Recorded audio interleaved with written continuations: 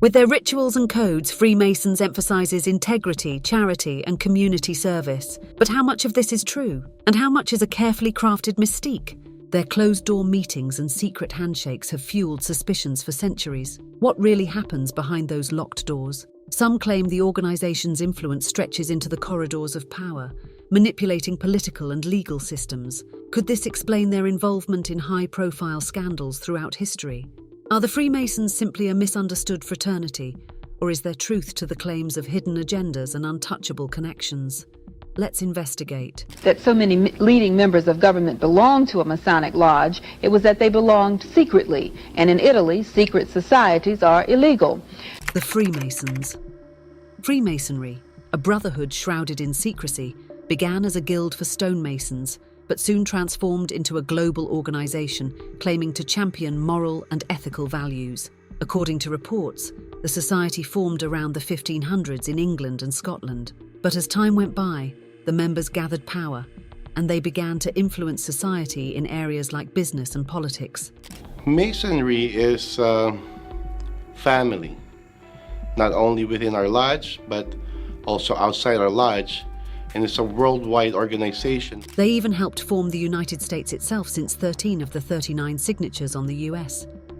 The Constitution belonged to Masons. Over the years, they slowly climbed the ladder. By the 1820s, the Masons had members in every possible organization. To the general public, they were simply a group of influential people who wanted to do some good for society. It's a place where people come together, talk about ideas, talk about things that we have in common, and grow as people, as individuals. However, the image that the Freemasons had spent so long building started crumbling when William Morgan disappeared from the face of the earth. The disappearance of William Morgan. C. Morgan and his friend David C. Miller were committed to exposing the true face of the Freemasons. In his 1874 book, History of the Abduction of William Morgan and the Anti-Masonic Excitement of 1826-30, A.P. Bentley wrote that the two men entered into a partnership to print a book, which the public was to be told disclosed the secrets of Masonry, in hopes to make a fortune out of the gaping curiosity of the vulgar. But how did he gain access to that kind of secret information? Well, Morgan managed to infiltrate the ranks of the Freemasons by posing as one. He documented several of the organization's cryptic ceremonies and induction rituals. But as the publication date for Mason's groundbreaking exposé approached, the dangers became real. Law enforcement officers loyal to the Freemasons arrested the pair by making up excuses like outstanding debts. One group of Masons tried to destroy his print shop, but the real mystery was his disappearance. On September 11th, a group of Masons arrived at William Morgan's house armed with an arrest warrant. Not for a serious crime, but for a borrowed shirt and tie he allegedly failed to return. Petty larceny? Or a cover for something darker? Morgan was hauled to the police station only to have the charges mysteriously dropped. But before he could walk free, another arrest was made. This time for a debt of just $2.65. Later that night, a group of Masons, led by Lawton Lawson, bailed him out. But this wasn't a rescue mission. Morgan was forced into a carriage and taken away. That's the last time anyone saw him. And according to reports, his last words were, "murder." And unfortunately for the Masons, Morgan's disappearance wasn't something they could simply brush under the rug. The public took notice. In fact, there were protests. And eventually the Anti-Masonic Party, aka the first third party in American politics, was formed. But did that put an end to the Freemasons' activities in the dark? No, far from it. Jack the Ripper. In fact, for the longest time, conspiracy theorists have speculated that Jack the Ripper, the man responsible for the 5 murders and mutilations committed between August 31st and November 9th, 1888, was a Freemason. To the side here is Wentworth Model Dwellings, built the year before the murders in 1887. And at 2:20 a.m, PC Alfred Long, who'd been drafted in from A Division in Westminster, had been patrolling this area of Goulston Street. He found nothing unusual, but he came back here at 2:55 a.m. And as he passed by this doorway, which led to rooms 108 to 119, just inside where this door jamb is, he found half a white apron covered in blood and feces. Why? Well, for starters, each murder scene was staged like a ritual, which seemed harrowingly similar to the ancient penalties of the Masonic Oath. Not to mention that, according to other theorists, there were Freemasons living at the time of the Ripper murders, those working at the highest level, who could have easily used their power and influence to cover up the identity of the real culprit for their own personal agenda. Though there are a lot of historians who have argued otherwise, there's still a lot more in the history books that the Freemasons have to answer for. The P2 scandal in Italy.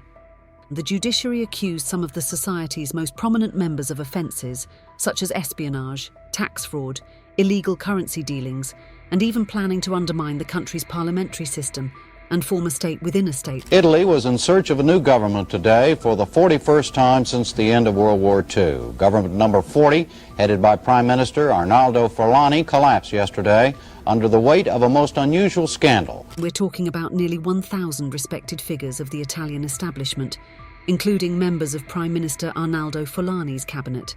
They called it the Propaganda Due, commonly known as P2. Now, in the beginning, P2 was legit. It was founded in 1877 under the Grand Orient of Italy, but transformed into an illegal organisation under the leadership of Licio Gelli in the 1970s.